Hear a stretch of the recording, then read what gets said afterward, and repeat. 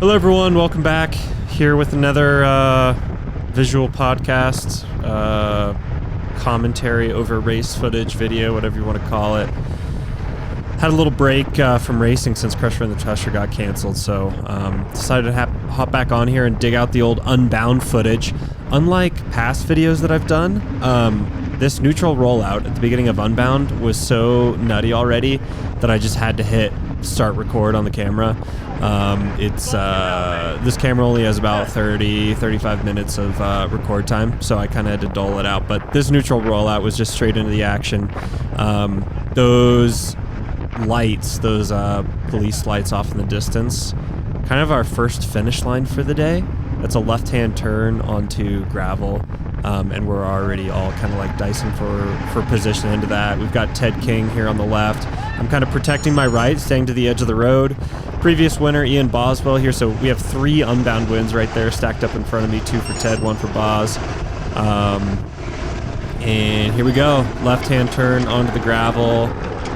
Ted with a big swap there, bumping off people. This is now mile 25, so jumping ahead, this is sort of our second finish line of the day. We've been on gravel now for about an hour. You can hear the pinging of the rocks off bikes. For about 10 miles before this, the pace had been super chill, not a whole lot happening. And then things are really ramping up again because in about less than a mile, we dive into the first B road section, and the B road is kind of like a less maintained road. You can see people are leaning on each other. Alex Wild there, and I think that was maybe Greg Van Avermaet getting cozy. Once again, I'm kind of sticking over here on the right because one thing I did for Unbound this year is I ran mountain bike tires, 2.25 Aspen STs. Really good puncture protection. They roll super fast, and it allows me to ride in this chunk over here where a lot of people aren't as willing to ride because on narrow tires, it's a lot slower and also much more likely that you'll puncture. Got Andrew Lesperance here right in front of me, and a Novo Nordisk rider. Incredible diversity in the field. Obviously, this is the biggest, most competitive gravel race in the world. You just have riders coming from all over the place. Moving up here in a hurry on the far right. Everyone's kind of smushed over to the left because on the far right here it gets really chunky. Got Matej Mohoric there, Keegan Swinson. Keegan's teammate, Tobin Ortenblad, setting the pace. So I just used that little chunky section there on the right to move up pretty much without pedaling, just allowed momentum to carry me forward. But it's just a constant washing machine effect. So there we've got Mohoric's Bahrain victorious teammate coming up on the right. Dylan Johnson, one of the few other riders to run mountain bike tires in this race. You'll be hearing a lot more from him in this video. Russell's on my left, another Grand Prix rider. So that's the other thing about Unbound is usually the lead of these races, of these North American gravel races, are kind of dominated by Grand Prix riders, but Unbound is one of those where there are way more internationally talented riders that come over and kind of diversify the front of the group. So as an example here, we have Asborn Helimoz on the left in that white kit. He was on Trek Segafredo from 21 through 23, I think. Big talent. For whatever reason, didn't work out, and he's raced on the gravel full time now. That's just kind of an example of the crazy depth of talent at Unbound these days. So coming up here on the horizon, you'll see a sign, road sign, that says a big bend to the left. That's where the main road goes, but our course goes straight onto the B road, and so that sign is sort of like, better move up now if you're going to move up anymore. So here in just a second, I try to make one last move to get in a little bit better position, go through some chunk there, go through some grass, miss that lifetime sign. You can see it's just rocks flying everywhere. Road pairs down to double track, gets even chunkier, narrower, kind of rutted. So could have done a bit better getting into this section. I think I'm maybe, 15th, between 10th and 15th here. We've got Pete Stetina there on the left. And this is Greg Van Avermaet right in front of me. I see a lot of these two guys over the course of the day, as you will also see. It's funny, you can literally see the rocks just kind of flying up now and then and pinging off bikes. Sometimes they'll nail your shin. I had little shin bruises for a week following Unbound. That's pretty typical, honestly. Although it's only getting worse because these races are getting faster and even more more packed. GVA getting a little sketchy there and some loose stuff. If you see someone, I mean, the way the racing is these days, if you see someone kind of swerve off, you just immediately try to take the opportunity to take the pass. So I moved up there into the middle of the road to try to pass him and instead got passed by 2 other people. And that's just kind of the nature of the beast with positioning here. Thorborn Road on the left there. Nathan Haas. There's Alex Wild also in the Grand Prix. This guy on the left is suspicious that he's got a low tire, and if you look closely, he does. Starts to fall back. Sorry, buddy. Don't know who that was. But you can see it's definitely starting to get strung out now, and this is just mile like 30. So we're 15% of the way into the race and just full gas. If I remember correctly, I think my heart rate was over 170 at this point, just fully lined out. I don't think anyone knew exactly how selective this section was going to be. But everyone was afraid that it was going to be super selective, and so the pace is high. Everyone's battling for position. You can see it's not so much gravel road here now as it is kind of like dirt road with ruts. Freddie Ovett moving up there on the left. Russ Finsterwald. Here's good old Alex Howes in front of me. You can see how the bunch, even when it's in just 2 lines like this, is just a constant back and forth, constant movement of position. Got our Italian friend Frankie moving up there on the left. Andrew Lesperon's running the suspension fork today. This was a year where we saw a lot of, I'd say it was almost like a bit of an inflection year when it came to bike setup. People are definitely experimenting more, being a little bit more bold with their bike setups. And, yeah, Zach Colton there too, also on a suspension fork. More people just kind of willing to experiment. So I'm not loving the position I'm in right now. As you may have noticed, I lost probably 10 spots in the last minute that I've been chatting, so I look to move up a couple spots there. It may seem like, you know, why even bother moving up a few spots, because you just immediately move back a few spots again and end up in the same spot. But the thing is, if you don't make some passes, you're only getting passed, and you end up eventually at the back of the group. We have Ethan Overson here, another U.S. rider. It's actually kind of a really good shot of just the punishment that the tires take. If you look at his front wheel there, you can just see all the little micro bouncing that's happening. It's no wonder that there's so many mechanicals in this race, and the speed is just so high. I mean, you know, we're sitting between 25 and 30 miles an hour through this entire section with very little visibility. You're just really trusting the riders in front of you to not hit something, and they're trusting the riders in front of them to not hit something, and it doesn't always work out.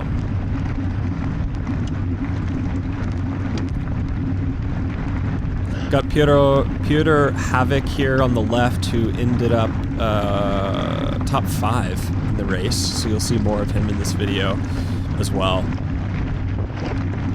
I raced with him, trained with him some actually over in Girona this winter. Super nice guy.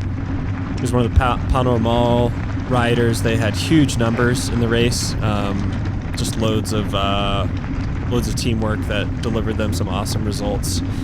And this was the first year where I really saw team tactics pay off in a big, big way at Unbound. The speed, though, crazy. Just hauling ass. All right, fast forwarding now, jumping way ahead to a little over mile 100, I think. We're just now entering Little Egypt, and there's so much action that happens here. So I'm behind Asbjorn Hellemose again, and Paul Voss there on the right in the blue jersey. So there was, right before this, I didn't get a chance to record it because it was so hectic, but massive battle for position. Hugest battle for position so far.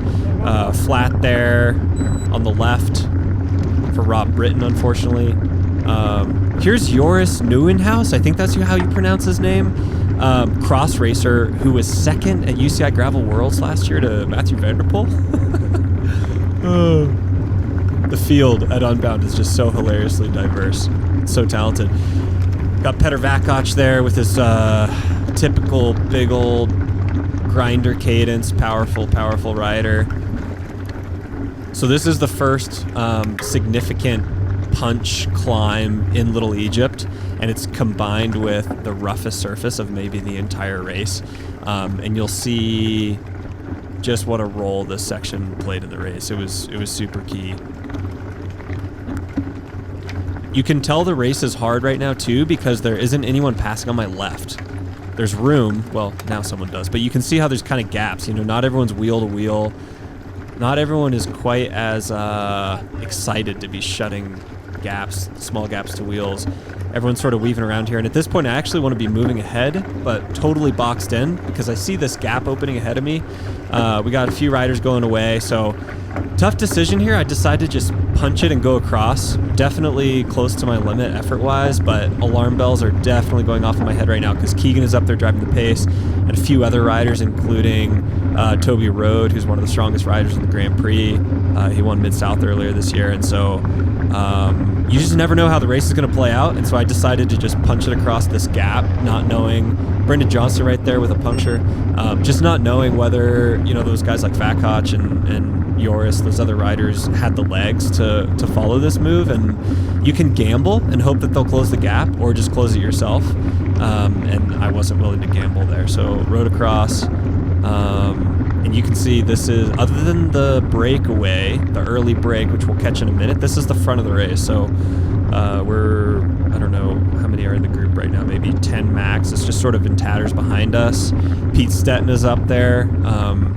Pete is someone who you can just really rely on to always be at the front, pushing the pace, doing work, just kind of an absolute workhorse, honestly.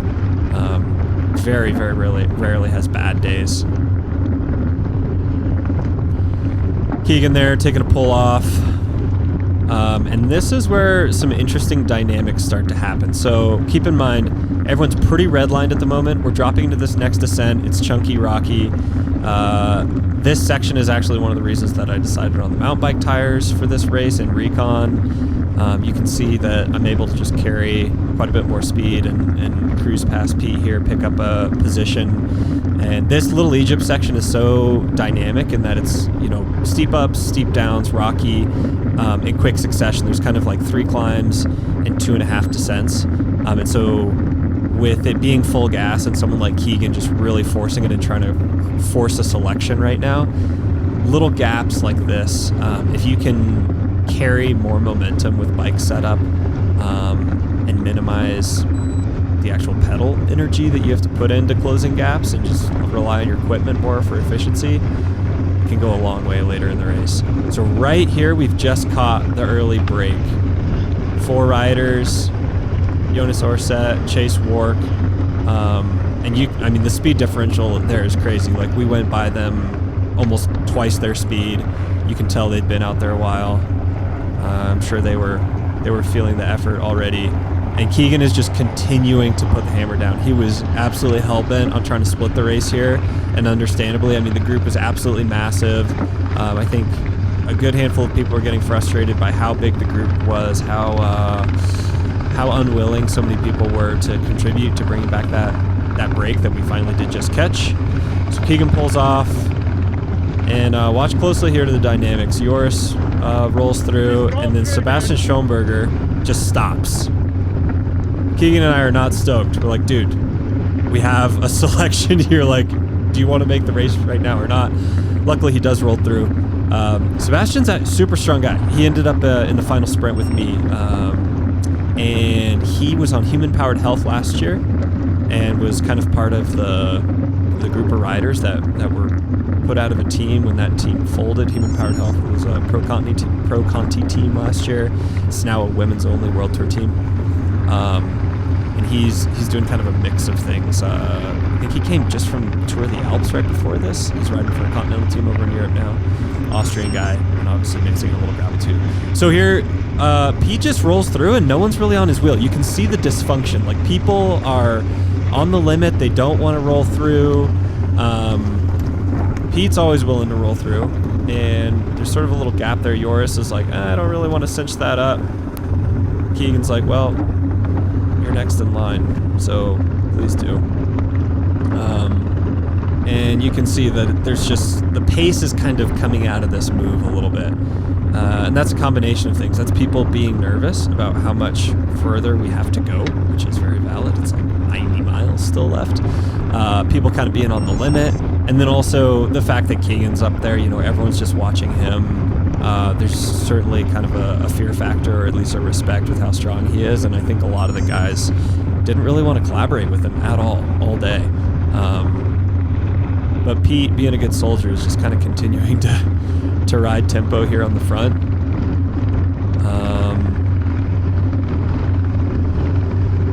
Yours is turned to roll through, but I'm going to stretch my back instead and look over my shoulder and see where other people are. And that pretty much does it. So unfortunately, the collaboration just wasn't there.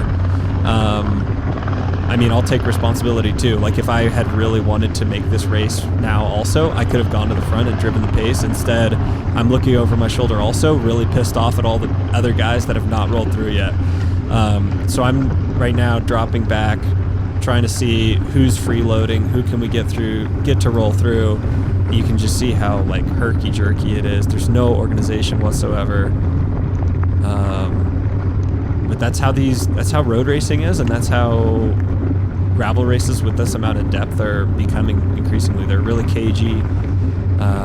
Folks are, you know, obviously really thinking about conserving energy. There's Chad Haga putting in the move of the race. So he recognized that dysfunction and just rolls through casually. I mean, that is just textbook. Like, he didn't get out of the saddle and make some violent move that put everyone on guard, you know. He just sort of gently rolled off the front, and because of that, looking over the shoulder and unwillingness to pull through of a lot of the folks, he was able to just sneak away. And later, Lockie will kind of do something similar in a lull in the action and join him up there. Okay, jumping ahead. We are now we're almost into the final of the race. So this is mile 180 probably. And you'll notice that the camera starts to get a little dusty on the lens as well. So I'm sorry about that. But one thing you may notice here is the urgency in people's pedal strokes is way down. It is super casual. Making sure the camera's on there. So a quick rundown of who's in the group. We have Mattia DeMarchi there in the Enough Kit, Italian rider, who ends up 5th on the day. Russell Finsterwald dropped back just a minute ago. We have 2 Pas Normal guys who understandably are not doing anything in this group because they have Chad Haga up the road with Lockie. Those 2 guys up the road still have about a 2-3 minute lead. Peter Havik there, dropping back on the left. Sebastian Schoenberger still here in the lead group, who I mentioned earlier. And at this point, I feel like our group was kind of in between a rock and a hard place because people are really tired, obviously. We've been racing for 8.5 hours at this point, 8 hours. It's dead flat, so there's no terrain anymore to work with in regards to making an attack. We had the Grand Prix riders. Thorborn Road was in here too, Dylan Johnson. The Grand Prix riders are looking at each other, thinking about points for the series overall. The Pas Normal guys are monitoring every attack. If an attack goes, they're shutting it down immediately.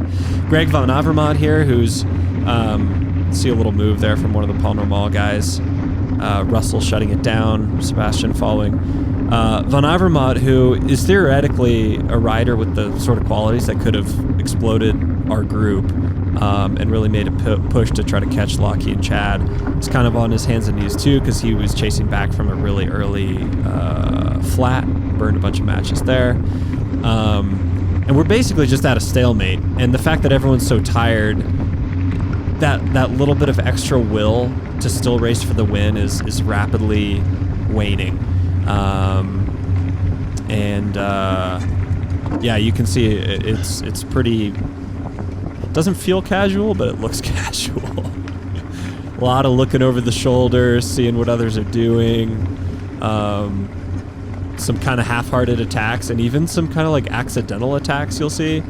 Hello, mailman there on the left, and got some 100-miler riders on the right. That's one other wrinkle of the final of these races is you're passing non-pro riders, and so as you're covering attacks, as you're looking over your shoulder and monitoring your competitors, you also have to watch out for racers in other categories. Here's a good shot of Van Avermaet's seat wrap saddlebag, which is totally empty. Used all of his supplies already.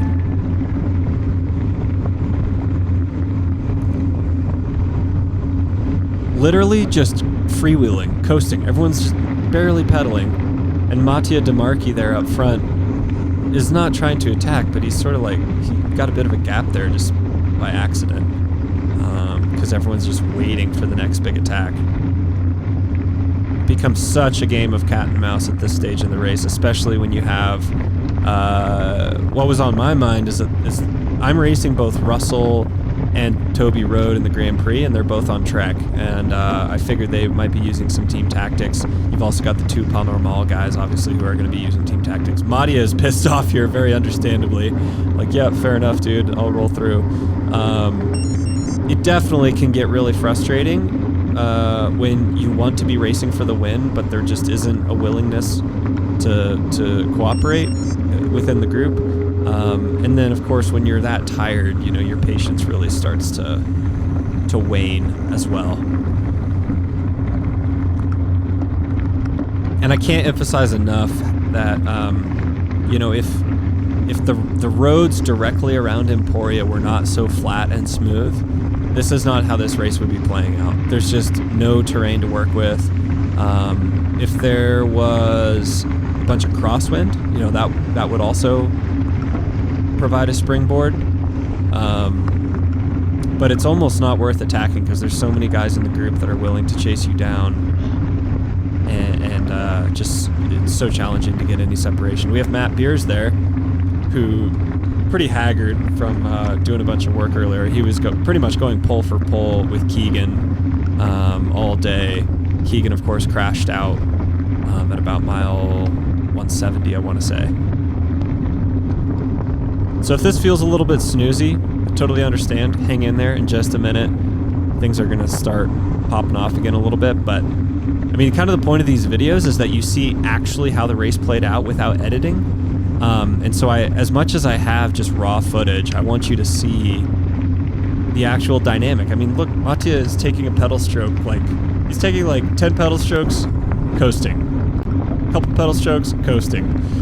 Jumping forward again here. So at this point, after there had been some attacks and counterattacks, Piotr Havik and the Pas Normal guy who finished 3rd, whose name I can't remember, made an awesome move from way back in the group. Just came with a ton of speed.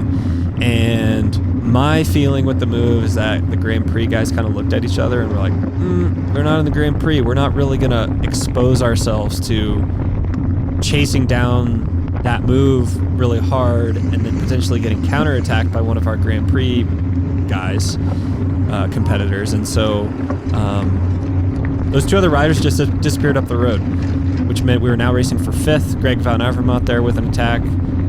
Pas Normal guy goes to shut it down. It's worth noting how the attacks are not super attacky anymore at this point. I'm shouting at them now, just letting them know that we have a gap, telling the Pas Normal guy to maintain the momentum, just keep rolling. We have some speed at this point. That attack by GVA, even though it didn't look like, you know, something you'd put on his career highlight reel per se, was enough to create a gap in back. So we start rolling a bit here, although there's still a lot of looking back. It's still kind of like, I don't know if I really want to go all in here because it's so flat, and the group behind is still, you know, 10 plus.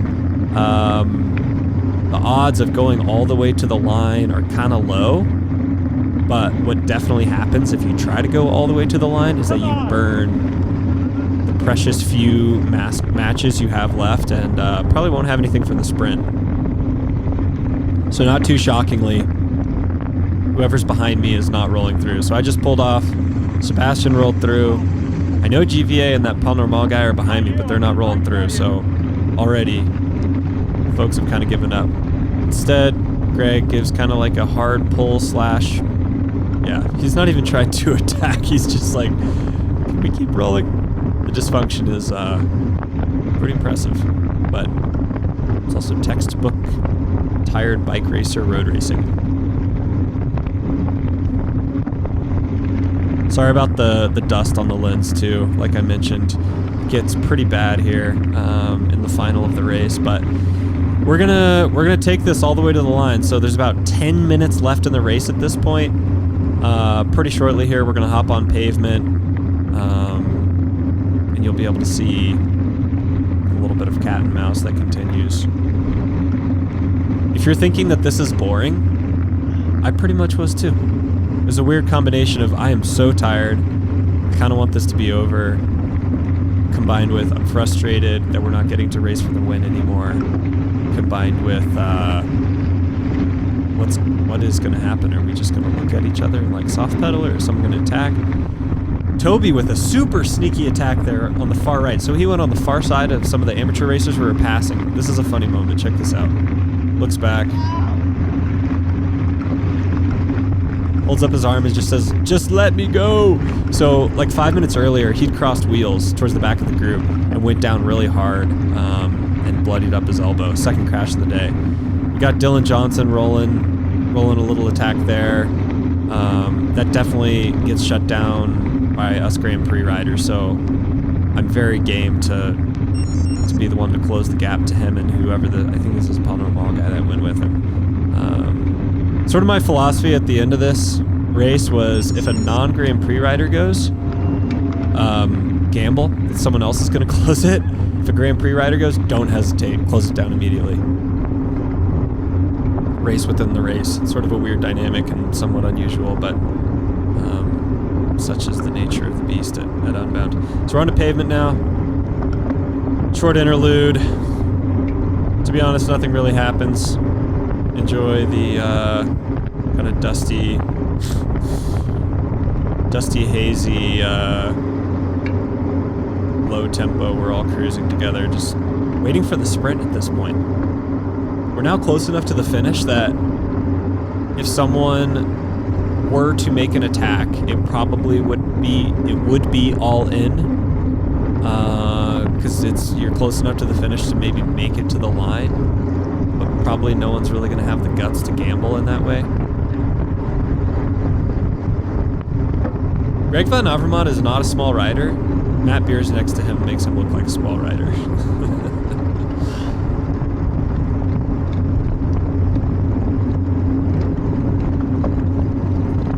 Once again, I've decided not to like cut this kind of snoozy bit out because I do want you to see the full final, just like what the dynamics were.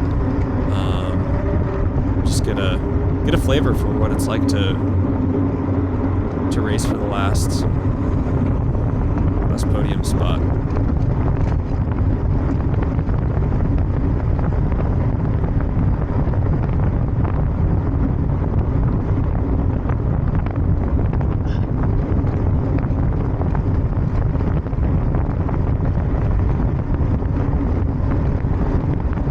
Interesting to me that the Pas Normal guy is rolling through as hard as he is right here. I'm just bored. Because at this point we're close enough to the finish that even if he just like for whatever reason really drilled it, there's no way we're gonna catch those guys anymore that are ahead. Those 5 other riders, whatever it was. So I'm not exactly sure why those Pas guys are rolling through as hard as they are, but got us home a little faster, so thanks. I think we're about a group of 8, maybe, at this point.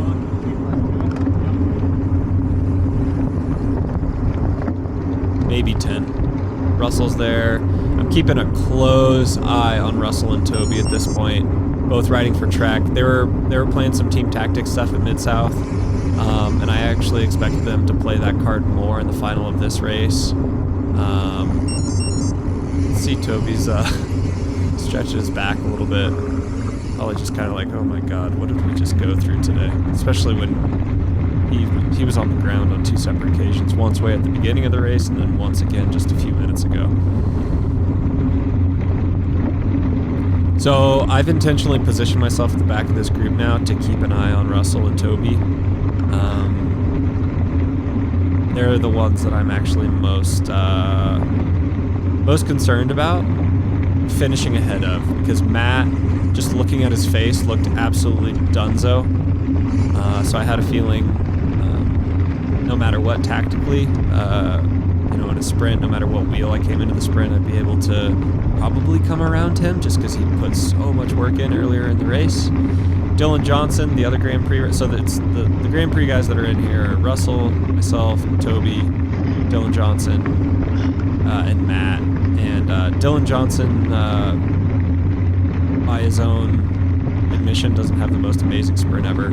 So also not as concerned with him. Toby's got a good sprint though. And I kind of was expecting Russell to do a late attack maybe on the climb, but we'll see what happens. There's one little baby, like 45-second pavement climb up into town, about 1 kilometer from the finish.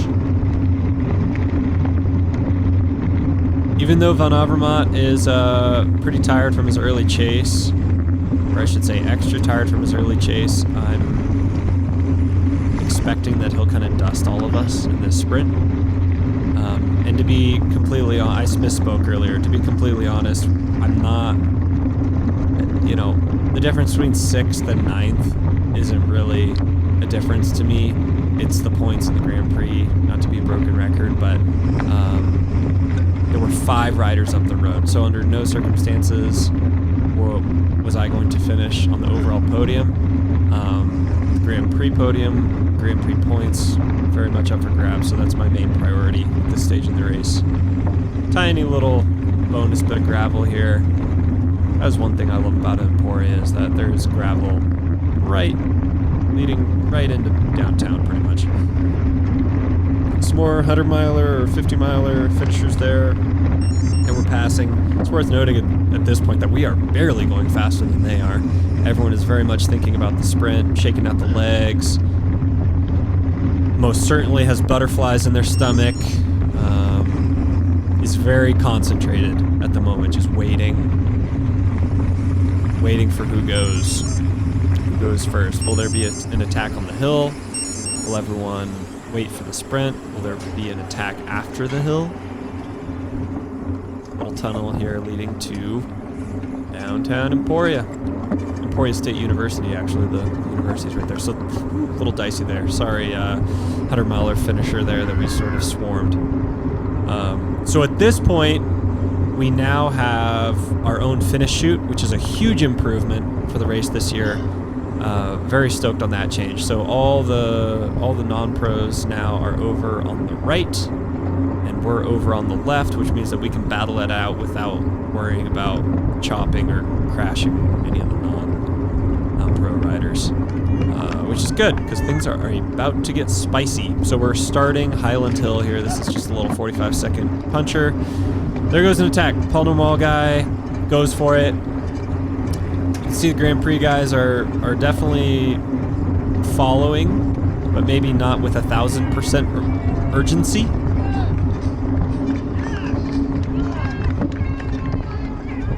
Van Avermaet is probably loving his position right now, third wheel, licking his chops to dust everybody.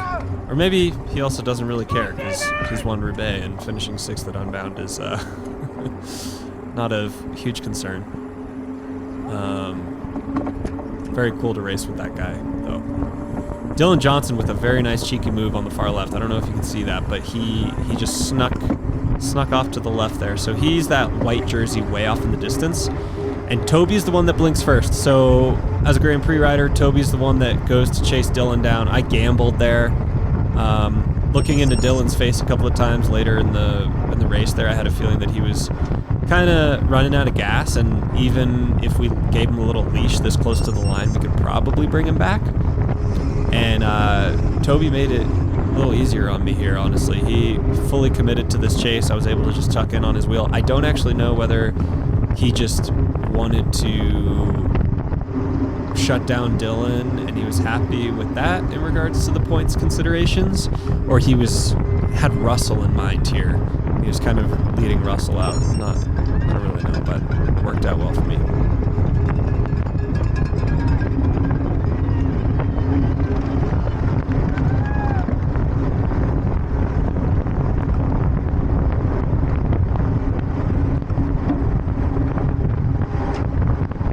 So I'm just waiting. Dylan is just hovering right there. We've got a long final straightaway. It's probably like 700 meters. Waiting. Oh, and there goes Van Avermaet with momentum. Absolutely schools us in the sprint, but that's my cue to also sprint. get by Dylan here right before the line for 8th on the day, I want to say. Yeah. That was 7th and 8th, I guess.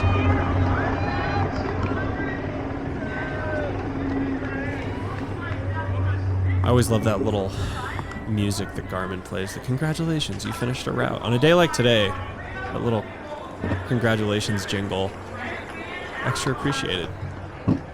Little mix zone vibes here. I know you can't see a whole lot because the lens is so dusty, but there's the man, Lockie Morton. So stoked for him. Congratulations again. I've said it a lot, but what a ride. Someone on the Lifetime team picks up my bike immediately and puts it away. Thanks to them for being so organized here in the pro finish zone. That's all she wrote. Thank you for following another commentary video. Let me know what you think. Leave a rating, leave a review. I'll catch you at a race later in the year. Bye.